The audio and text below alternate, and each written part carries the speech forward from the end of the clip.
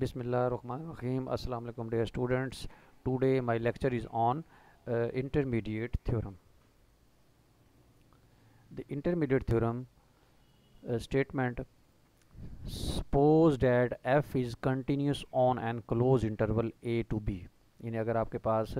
कोई भी फंक्शन है, अगर वो कंटिन्यूस है किसी भी क्लोज्ड इंटरवल के ऊपर। अब क्लोज्ड इंटरवल ऐसा इंटरवल होता है जिसमें एंड पॉइंट्स भी शामिल होते हैं और दरमियान वाले पॉइंट जो हैं वो भी शामिल होते हैं। यानी कोई भी फंक्शन है, जैसा कि देखें यहाँ ये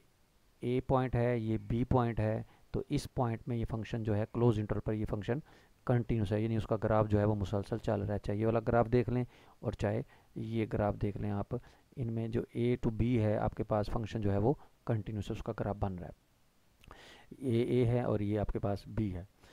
तो उसके बाद वो कहते हैं and let N be any number between F of A and F of B. अब अगर आपके पास ए ये है और इस पर फंक्शन वैल्यू यहाँ बन रही है, ये एफ ऑफ ए है, और अगर ये बी है तो इसकी फंक्शन वैल्यू ये एफ ऑफ बी बन रही है, तो वो कह रहा है इस एफ ऑफ ए और इस एफ ऑफ बी के दरमियान आपके पास कोई नेचुरल नंबर एन है, यानी ये उसकी फंक्शन वैल्यू है, यानी ये एन है, मतलब जो भी है एफ ऑफ ए और एफ ऑफ बी जो है आपके पास जो भी दो नंबर्स हैं उनके दरमियान एक एन नंबर जो है वो लाई कर रहा है, where F of A F of B is not equal to. और वहाँ कंडीशन क्या है, एफ ऑफ ए और एफ ऑफ बी जो हैं वो दोनों मुख्तलिफ होने चाहिए, यानी एफ ऑफ ए और एफ ऑफ बी की वैल्यू जो है वो सेम नहीं होनी चाहिए। जैसे यहाँ देख लें, ये ए आपके पास है, इसकी एफ ऑफ ए की ये वैल्यू आ रही है, ये बी है, इसकी वैल्यू ये आ रही है, दरमियान में आपके पास ये एक एन जो है एन नंबर लाई की है जो एफ ऑफ ए और एफ ऑफ ए के बिटवीन लाई कर रहा है। तो देन वो कह रहा है there exist a number C in A B. तो तब वो कहता है इस ए और बी के दरमियान एक ऐसा नंबर सी लाई कर रहा है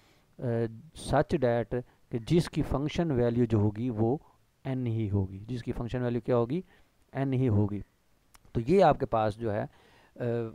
इसकी स्टेटमेंट है, ये याद रखनी है कि आपके पास कोई भी फंक्शन जो है वो क्लोज इंटरवल के ऊपर कंटिन्यूस हो और आपके पास एक नंबर एन लाई करेगा जो एफ ऑफ ए और एफ ऑफ ए बी के बिटवीन लाई करेगा, तो देन आपके पास ए और बी जो क्लोज इंटरवल होगा उसके दरमियान एक ऐसा नंबर सी लाई करेगा जिसकी वैल्यू जो है वो वही कैपिटल एन होगी जो एफ ऑफ ए और एफ ऑफ बी के बिटवीन होगी। तो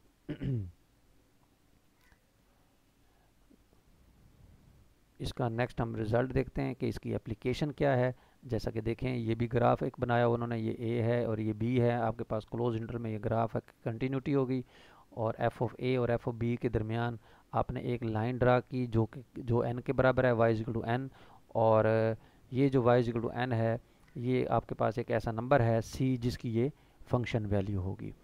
तो इस लाइन एन का और इस फंक्शन का जो ग्राफ लेंगे एफ एक्स एन को सॉल्व करेंगे तो इट मीन्स यहाँ से ये पता लगेगा कि इसका जो रूट है आपके पास वो एफ ऑफ ए और एफ ऑफ बी के बिटवीन लाई करेगा। तो यहाँ से यही चीज़ देखें, इट इज़ इंटरमीडिएट थ्योरम जो है is true in geometrical representation इसकी जो आपके पास है वो ये है कि अगर एक horizontal line y is equal to N is given between y is equal to f of A and y is equal to f b, यानी एक लाइन आपके पास है Y is equal to N जो f of line f of a और f of b के between lie कर रही है, तो then the graph of f can jump over the line it must intersect Y is equal to N. यानी आपके पास अगर एफ ऑफ ए जो है वहाँ से जो ग्राफ आ रहा है और एफ ऑफ बी तक अगर जा रहा है तो इसका मतलब है वो एन लाइन जो होगी उसको लाजमी इंटरसेक्ट करेगा। अगर वो इसको इंटरसेक्ट करेगा तो इट मीन्स ये होगा कि इसका इंटरसेक्शन पॉइंट आपके पास यहाँ आ जाएगा। तो इंटरसेक्शन पॉइंट जो आएगा तो ग्राफ का इंटरसेक्शन पॉइंट जो है वो इस एक्स एक्सिस के ऊपर एक ऐसा पॉइंट होगा जिस पर वो होगा। इट मीन कि आपके पास उस इंटरवल में इस ग्राफ का कम से कम एक सोल्यूशन लाजमी लाई करेगा। तो यही चीज़ हमने यहाँ देखनी है। अब जैसा कि इसमें देखें तो intermediate value theorem is in locating root of equation as in the following example में हम अब ये डिस्कस करेंगे कि इसका रूट कैसे चेक करना है। अब मिसाल के तौर पर जैसे वो कह रहे हैं show that there is a root of equation between 1 and 2, यानी आपने ये साबित करना है कि इस इक्वेशन का जो रूट है वो 1 और 2 के बिटवीन लाई कर रहा है। तो उसका तरीकाकार ये है कि आपने ये फंक्शन जो है फंक्शन लेट कर लिया, we are looking for the solution of the given equation that is a number C. अब हमें नहीं पता इसका सोल्यूशन क्या है तो हमने उस नंबर को क्या ले लिया, सी ले लिया जो 1 और 2 के दरमियान में होगा, और सच डैट क्या होगा, एफ सी 0 होगा, यानी ये तो हमारे पास कंडीशन होगी। तो there for we take A is equal to 1 and B is equal to 2, तो आपने ए की वैल्यू 1 ले ली, बी की वैल्यू 2 ले ली है, एंड कैपिटल एन जो है वो आपने 0 ले लिया, क्योंकि हमने कहा है कि एफ सी पर जो वैल्यू निकलती है वो आपके पास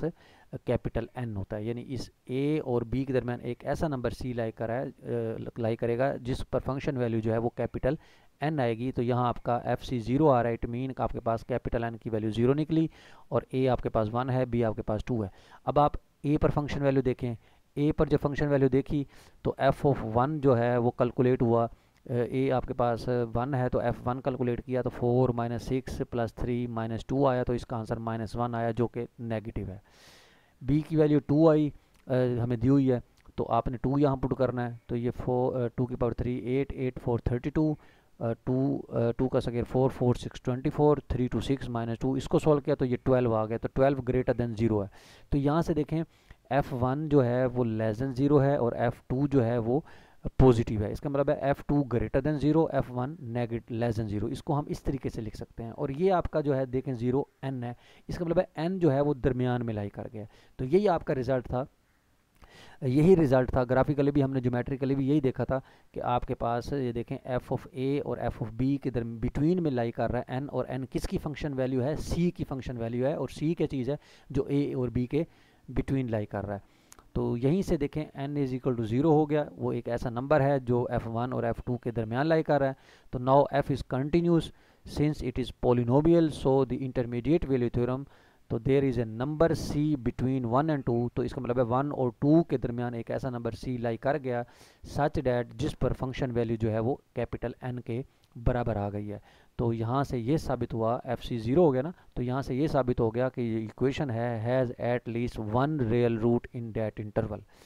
तो अब इसको आपने ये करना है, इसका इस इंटरमीडिएट वैल्यू थ्योरम को हम इस तरीके से भी डिफाइन कर सकते हैं। इसका तरीका ये है कि अगर आपके पास जो भी एंड पॉइंट्स आपको दिए हुए हैं, आपने एंड पॉइंट्स आपने उसमें इंटरवल के पुट करने हैं उस फंक्शन में।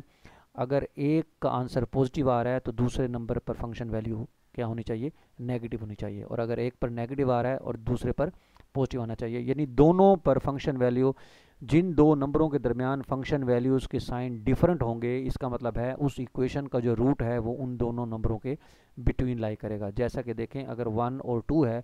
1 की फंक्शन वैल्यू और 2 की फंक्शन वैल्यू के जो दोनों साइन हैं वो दोनों डिफरेंट हैं, तो इसका मतलब है इस इक्वेशन का जो रूट है वो 1 और 2 के बिटवीन लाई कर रहा है। तो इसी तरीके से हम मज़ीद इसको ब्रेक कर सकते हैं, 1 और 2 को आपने उसमें से मज़ीद एक ले लिया, 1.2 ले लिया, उस पर चेक किया, फिर 1.3 लिया, पॉजिटिव आ गया, इसी तरीके से 1.22 लिया, 1.23 लिया, तो देखें एक नेगेटिव एक पॉजिटिव, एक नेगेटिव एक पॉजिटिव, तो ये ब्रेक होते जा रहे हैं, इंटरवल छोटा होता जा रहा है। तो जब इंटरवल छोटा होता जाएगा तो हम उसका रूट जो है वो बता सकते हैं कि इस इक्वेशन का जो रूट है वो इसके बिटवीन लाई कर रहा है।